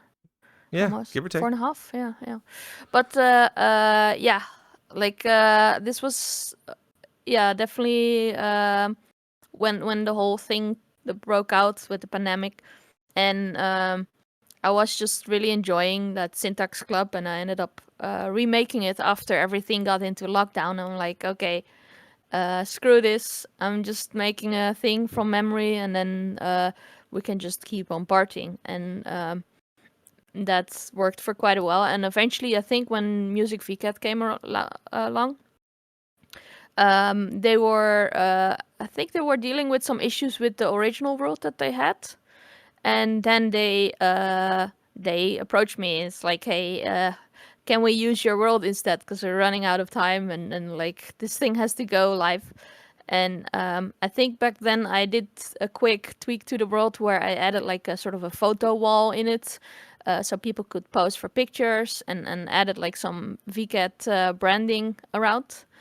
And then we just went for it. And back then we got supplied with like a little music pack of all the different artists that were getting advertised on there. And I ended up doing a set that was partially composed of all of these tracks. It's very, very Japanese, very different from what I usually play, but actually quite enjoyable to figure out good ways to mix with it. And you were also mixing on there, right? So that was really fun to see this. And actually, at that event, I think that is also where I met up Silent for the first time, the DJ and drone pilot and VJ. I don't know if you had her on the show yet, but did you? We haven't. No, it's interesting because of since the program is still fairly new, there are some people that we are actively approaching, but it's even more. It's better for us to kind of get submissions. So anybody in chat, if you know of DJs or you're a DJ, you want to be. it's a shameless plug. You know, if you want to be on the show, we have all of the information down in the bio in Twitch. But I mean, obviously, having Silent on the program would be fantastic. Yeah. So that was a really exciting night, and just to have that honor of doing the music VKet for the first time there, that was really fun. And since then there have been many more music VKets, and I think I also DJed for a few of those as well. And then there were other festivals that sort of started in the same sort of fashion, where you had like the project guys and VRCon and some other stuff where I helped out with mixing. And it's just really cool to see these events sort of grow, and you meet new people there, and people meet you there. Like, it's really fun. Yeah. Even that night alone, I know Lun could probably talk a lot more about it when and if we have him on the show. Obviously, we wanted to talk more about Virtual Market and how large Virtual Market has become. But even since this past year, he has exclaimed to me, and he continues to exclaim, that it was because of that night. Not only did Twitch Japan really kind of lean into VR chat a little bit more, because they ended up focusing the party on their main page, but also too, I think it was either the Teriyaki Boys or their management came in to that instance as well. That's what allowed them to do their performance for Music VKet 2. And I would only assume kickstarted such a much larger festival that we have in here. So it's things like this that I think that, like, it's very fun to continue to bring up and bring light to, because while everyone is doing some really amazing things in the scene and in our community, you know, things had happened, many years ago that continued to aid to the successes that we're in right now. Even comparable to the mass size of it all. I mean, just the we had a cracked out lineup that day. It was me, you, It's Lumi, Tonki, and Sorry. And just a cracked out lineup. If you were to put us all back up on this lineup, first of all, people would say, "Oh, all of us are old," but at the same time, too, reunion toy. yeah. But at the same time, too, like, you know, then you guys can. I mean, honestly, if we were to go back into Syntax and do it, I think it'd be really cheeky to be like, "Oh, 5 years later, we're still doing a thing." Ha ha ha. Wouldn't you know? Yeah. That's definitely fun. Like one thing that has been sort of on my forever to-do list has been to give that map some love and care, because that map is still from the old version SDK 1.0, and like things stopped working gradually, and this thing basically needs sort of a overhaul where all the logic is ripped out, everything is rebaked, maybe introducing some new things like the DMX stuff. But it's been sitting on my to-do list forever, and it's just like, I need to get done with it.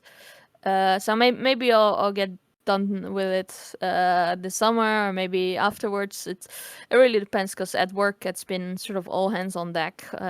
It's been very busy with some stuff, but so maybe when things quiet down a little bit more, that I can get some time to give that an overhaul.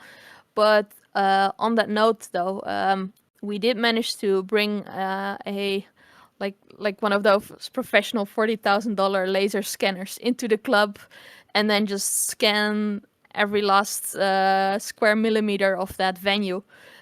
So if I'm gonna do a remake, I might be able to tap into that laser scan that we have, and then make it even more accurate, because the one that I had is mostly based on memory, and it's mostly correct, but you know, now we have the power to make it exactly correct, at least to the date when that scan was done, because there's constantly small things getting changed in the club, like where are the benches, where are the computers, where are the monitors, where is which lights are installed, but you know, like it's the walls are gonna be the same anyways, so I mean, the yeah, treasured that might happen. treasured map for sure, absolutely. And if you want to go and check it out, Syntax Error in VRChat, still up and running. If you want a good old piece of, God, I gotta ask my staff. We have to come up with a better name than the nostalgia, because again, I'll go in there and I'll be like, oh, I remember back in the day. But you know, the nostalgia is the term, but I don't like to say it, because it's just like at some point in time during a generational shift, we'll go back to saying nostalgia, and that's pretty cool. But even just the fact that again, you were saying that you can make 3D scans of a room using lasers and stuff. But like, and all of that is super cool, especially for us, because I feel like making worlds would be a lot easier, as well as maybe maybe businesses will like treat us a little bit more serious compared to what we can do with 3D modeling and stuff. But even more so, you know, just being able to experience, like, again, when's the next time I'm going to be going to check out the Syntax Club in real life? You know, like this is going to be the time for me to do that. Speaking of which, and I want to kind of get into it a little bit more. Again, the website, I was very surprised with the website. I thought it was really cool to take a look at. And honestly, I think it was last week on Sunday, I ended up going to not really a similar club, but it was kind of a bar / club. They could do nightclub stuff. They do more like punk bands and stuff. But they too also had a corner with a bunch of CRT TVs and some video game consoles that you could just sit there and play Smash or whatever. And one of the more insightful things that I saw on the website was just that. And even in your world too, you can go and take a look at these TVs, these old style TVs, old consoles. I think even in the world you have like some couches with a Nintendo, an NES, and so seeing the pictures of the club, and automatically you're thinking, okay, I'm just going to go to a club, I'm going to get some drinks, listen to the DJ. But about 90% of those pictures, people were cosplaying, there were nerds there, they had people all tatted up, they were playing video games. is that what that club is all about, or is it just, do they have themed nights, or what is Stockholm looking like for the nerd culture right now? Yeah, well, in general, the city as a whole is very heavily surrounded by video game developer studios, lots of IT, lots of software.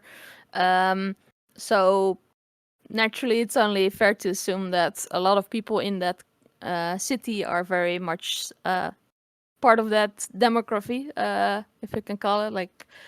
And yeah, for Syntax, that's been like it's been evolving over the years. Well, this club was there like decades, if not more, before I came around, and this thing will go on for a while. And like especially since this year, we've been sort of doing themed events as well, where like a demo scene thing, and maybe there was an event that was about chip tunes specifically, like people, how they make it and compose it, or maybe there was like actually the upcoming one would be like centered around anime and cosplay. Like they have all of these different themes going on. And then of course you got stuff like the Halloween events where like all bets are off, and people make really cool cosplay and Halloween outfits. And yeah, if you have a club where the crowd is already pretty nerdy to begin with, the amount of people that will like go full commit on cosplay and make something really ingenious and geeky and fun is just much higher, right? So, and on top of that, the club is very much like a very safe place. Like it's very very wholesome, very acceptable. Like you sometimes have in bigger clubs where it's very people really have to watch their backs, and it's like maybe things are a little bit shady and stuff like that. And Syntax, as we've really been like going like, hey, we don't care, like, oh, like who you are, like regarding like your interests, your orientation, your identity. You're always welcome. You're always welcome to enjoy. And maybe if dancing isn't your thing, but you really like playing board games or playing games on like consoles or old computers, you know, come on, enjoy, have a good drink, and then listen to the tracks in the background, and that's fine as well. Like it's very wholesome, so to say, and that's something I'm also really enjoying. That this is unlike some other clubs. It's very yeah, very safe and nice to be around. Yeah. I don't want to say I would hate for this to be a growing popular thing that most clubs or bars or lounges are going to start doing. I can't say that I hate that, because it's something that I enjoy and I want. But comparable to how, as you were saying, there's got to be a trust factor there. It's not even a matter of just going to the bar and drinking to get drunk, to have a brawl, or going there to like lose some steam, or let's just say you got into a fight with your girlfriend or boyfriend, or maybe you guys broke up or something, and you got to go and at least you could go there and drink and play some video games instead of just sitting there and drinking. There's other things that you could possibly be doing. But the reason why I'm kind of bringing this up is I know earlier this week I went out to see the Minecraft movie, and without spoiling too much of anything, one of the characters in that movie owns like an old school vintage video game shop, where he gets to explain to the world how he was this arcade. It was like a world championship arcade winner back in '89. And so that's kind of all that he has in his career, is the fact that he's this world champ for this arcade game back in '89. And now he not only sells vintage equipment, but that's just kind of where he's living in. And while pubs and bars have their own little like vintage thing going on, and there are some older clientele that go in there to experience, you know, what their father's values were, and yada yada.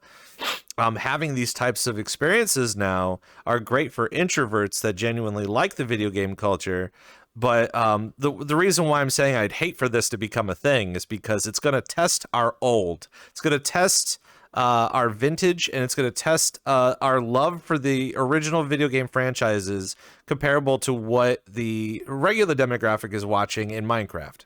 Because I feel like in Minecraft, you got the kids that want Minecraft, but then you have the kids that are into that notice that their parents or our generation are into the vintage console stuff, and they're just kind of like living in it's like, I don't know, it's like when your parents were big in the 70s, right? And they were in hippie clothes and have the hippie music and whatever, and stuff like that. And you're just like, I'll never be like that. But then all of a sudden it just shifts where it's just like, it's not just a bar anymore, but it's a bar with DJs and video games and cosplaying and, you know, whatever. And it's weird too, because the event that I went to on Sunday, they, like, most of the people that were performing were playing regular noticeable standards: Super Mario, Donkey Kong, Legend of Zelda, Final Fantasy. What else? What other some? They played a Castlevania game. They played a Castlevania song, Doom song. Just regular tunes that maybe Sonic, Sonic, and that's great. But I'm also kind of, again, I hate to say it, the people in the audience are sitting there going, I know this. This is Sonic 1. I used to play this as a kid. They start breaking down a little bit.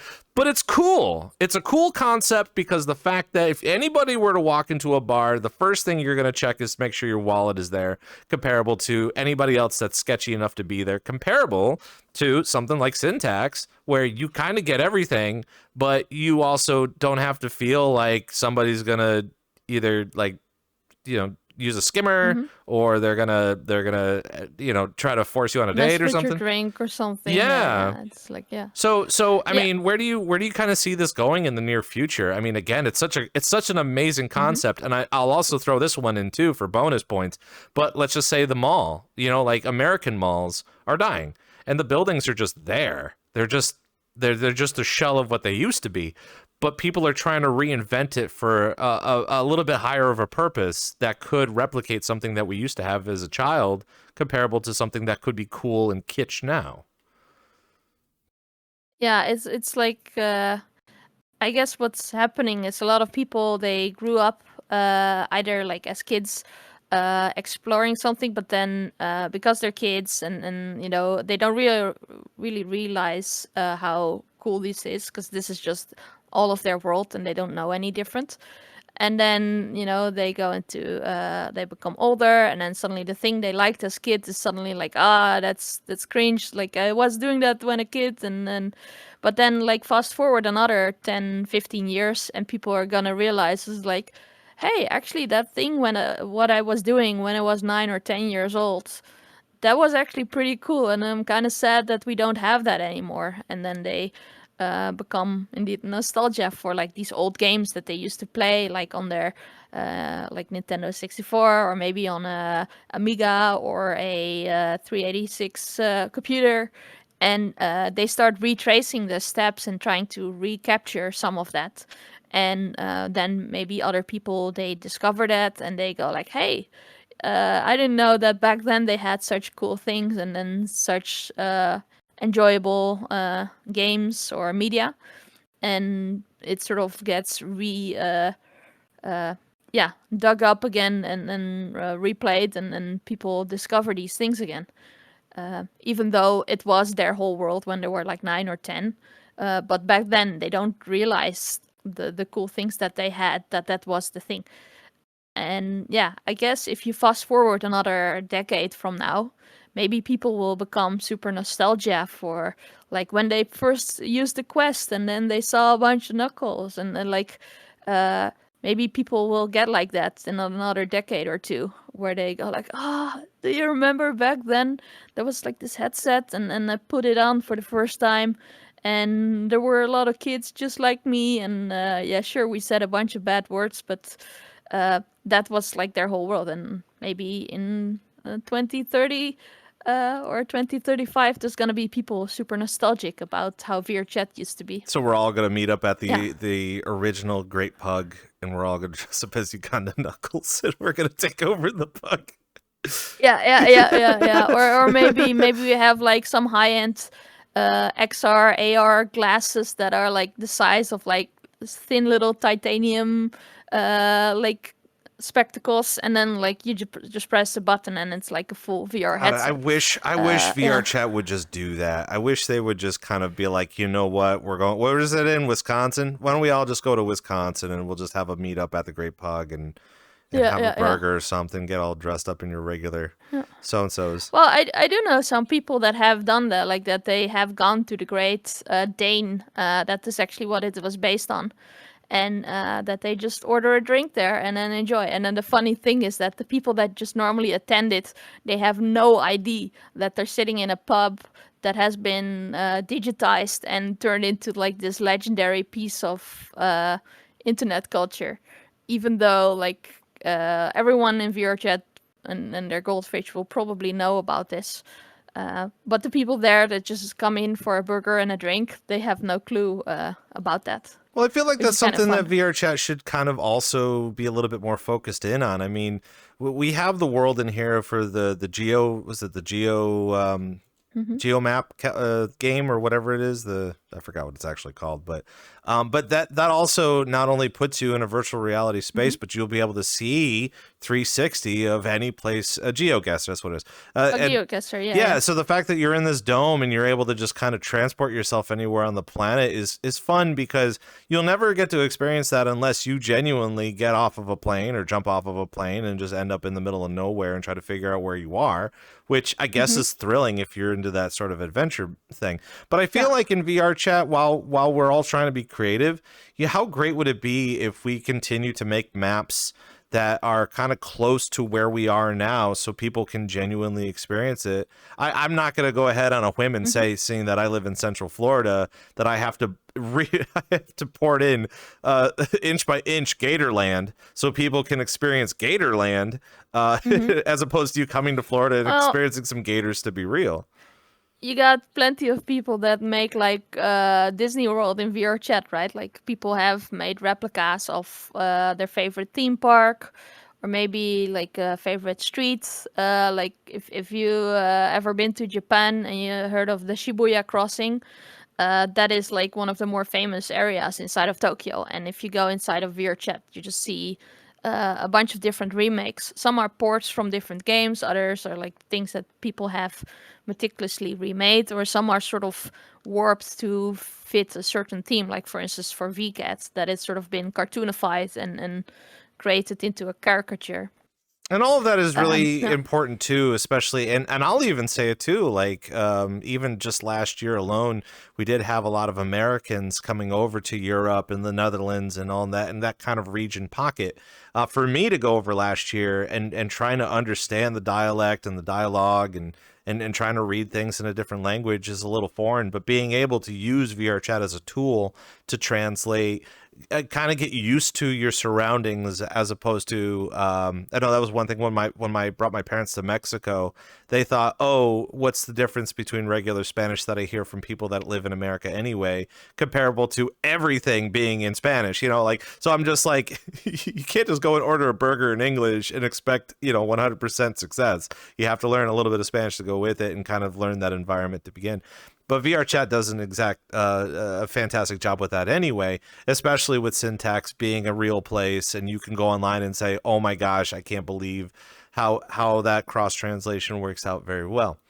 Yeah. We just have a few more minutes here on VRCDJ Live with Miss Stabby, as per usual time flies, and of course, you people in chat do have options to ask Miss Stabby almost anything in the next couple of minutes. But towards the end of the program, I do like to do a quick rapid fire of some questions to see what you can kind of bring to the table, what would be really interesting to hear from you. And one of those things is for anybody that's looking to get into VRChat, anybody looking to get into DJing, or even just like understanding IRL stuff at Syntax, what is a good word of advice that you could give to people that are watching this that are interested in any three of those things? Like to get into DJing, I would say just go for it. Don't be afraid to mess up. And one thing that's important to realize, like when you're doing any kind of music mixing or transitioning, you might have an idea of how a transition or thing was supposed to go, and then you mess up and it didn't go exactly what your idea was. But luckily, we live in a world where people are not psychic and they have no clue what that initial intent was. So even though you think like, oh no, I screwed up that mix, it was supposed to go like that and it was supposed to go 4 beats later, or like in this phrase instead of that phrase, people on the dance floor, as long as they're enjoying the music, and they have no notion of that was supposed to happen. So don't get too much with stage fright and like trying to be absolutely perfect, because most people on the dance floor, they're there to have a good time. They take a drink and they just talking to their friends, and they're not gonna like meticulously pull apart every little second of your DJ set to look for anything that could have been better. So it's something to realize, especially if you're starting out, that don't worry too much about that kind of pressure. I think we've even got to the point in our careers where if you don't mess up, it's pretty sus. Yeah, It's nice to see someone mess up occasionally. Yeah, exactly. You go like, this is how you know it's live, because like suddenly, I don't know, a connection issue is there, or maybe your DJ deck seizes up or something, and then you know like that's happening right then and there. There's actually a human being standing somewhere on the planet, be it in Germany, be it in Sweden, be it in Tokyo, and they're sitting in their bedroom behind a DJ deck, doing this for you right now. So it's good to realize it's not just someone pressing play and then like cheering their hands for like a half hour or an hour. So yeah, One of the most it's fun. requested questions that we always ask towards the end of the stream that everyone tends to lean in a little bit more to get a better answer to is, what are the top 3 DJs in VRChat that we get to experience that you enjoy? Ooh, that's hard. Just 3. Putting me on the spot. Um, well, I really like still like the old ones that I like. If I ever catch a set of Lumi, that was always fun. I still enjoy it, like their hardcore set stuff. Jazzy as well, like that's been so much fun to see that and evolve and like yeah, it's like and it's also fun to see like new people come on the scene and like get to grip with things and really come into their own, like for instance what you see with Bats, for instance. So it's really fun to see like all these kind of aspects, like because for instance Lumi has been doing this stuff years and years before VRChat was even a thing, and they came into VRChat and they just been rocking it, and and they've been doing some really cool sets. But I think these days they're doing more like like pure streaming or some other stuff. So these things always change, but it's fun to see all these different kind of aspects. Yeah. What is the But yeah. what's the immediate future of Miss Stabby? What do we get to look forward to with Miss Stabby in just this year alone? That's a good one. Like, well, with Syntax, I'm still gonna be mixing a lot. And actually, one thing that's interesting that we do these days is that we actually live stream these sets. So if it's ever the Saturday after a 25th, or just look on the website when they actually go live, you can basically tune into the Club Syntax Error Stockholm Twitch, and then just see how it actually looks like in the real world. So that's places you can follow, and there's also, if you happen to be in Sweden, there's this thing called Moderskeppet, or Mothership in Swedish, which is basically a 24-hour geek cruise that's going around in the Baltic Sea, where a lot of people do like computer-related stuff, maybe some gaming, and Syntax has also been invited to do the music for that event. And so that's stuff I've been really doing into. And like people have been poking me about doing sets for meetups and other things. Like last year we had like 4 seasons, and I might want to go to one of those again. It's a little bit uncertain at the moment because of the the release and stuff that I'm working on with work. It's like all hands on deck. So I'm not sure if I can sneak out at those times. But in general, like those kind of things are definitely good to keep a lookout on.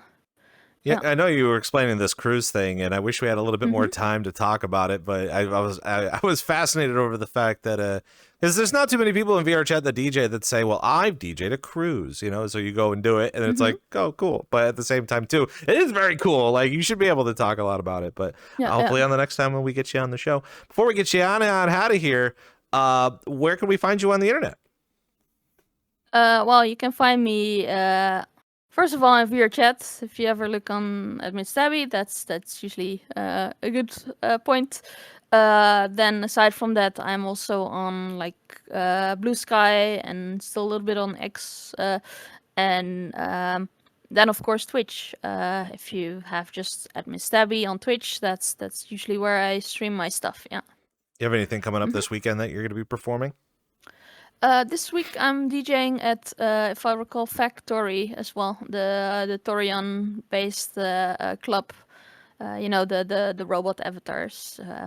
They have like a really cool little club, and that's where I'll be playing on the Saturday. I mean, if you want to find some robots, that's the place to be, no doubt. They're always there. But of course, Yeah. Miss Stabby, great to have you here on VRCDJ Live.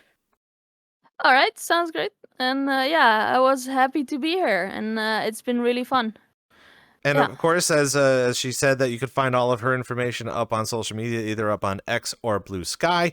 And of course, Miss Stabby on Twitch to watch all of that unfold. And that's pretty much how you're going to do it, unless you come into VRChat to experience her sets as well.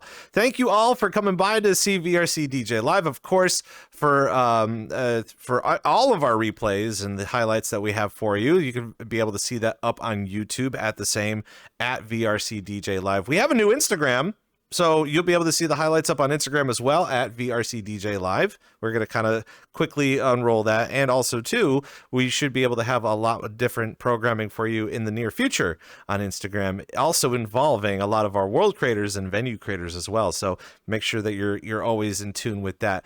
A little bit of housekeeping before we get on out of here. Of course, for those people that have not much of a clue, we have VRC DJ Radio happening fairly soon. And we do have our submissions closing on April 20th, but be warned that it might be extended.